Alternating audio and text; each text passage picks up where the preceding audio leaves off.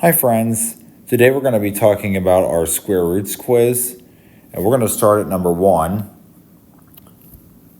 It says which expression has a value of 13? So let's look at A, the square root of 13. Well, if I had to figure the square root of 13, that would be an estimate. So I know that the square root of 13 is not going to be one of my answers. The square root of 13 squared, well, I know that the square root and the square, these are inverses. They're inverse operations, so the square root of the square of 13 is actually going to equal 13. So I'm going to select that one. 2 times the square root of 13 would just be 2 square root of 13, so that's not going to work.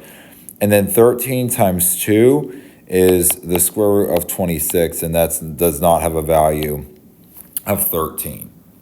Looking at number 2, it says an equation is given. What is the value of x? So I need to figure out what square root, what perfect square gives me 10.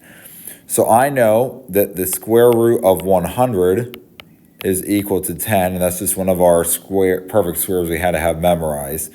So the value of x is going to equal 100. Looking at number 3, it says order the numbers from least to greatest. So the smallest to largest, I'm going to look here. I'm going to rewrite these. So I have 4, I have 15.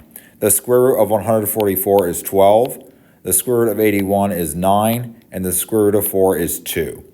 So now all I have to do is reformat these and put them in the right order from least to greatest. So it looks like 2 is going to be my lowest number. And I know that 2 is the square root of 4.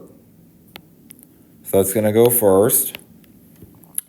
Then I have I have 4. All right, so 4 is going to be my next number. And then I have 9, and I know the square root of 81 is 9, so the square root of 81. And then I have 12, I know the square root of 144 is 12.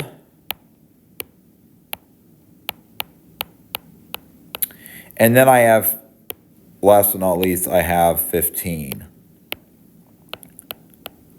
So these are in order from least to greatest. Flipping it over, it says which letter on the number line below corresponds to each square root. All right, the square root of 225 I know is going to be 15, and that's letter B.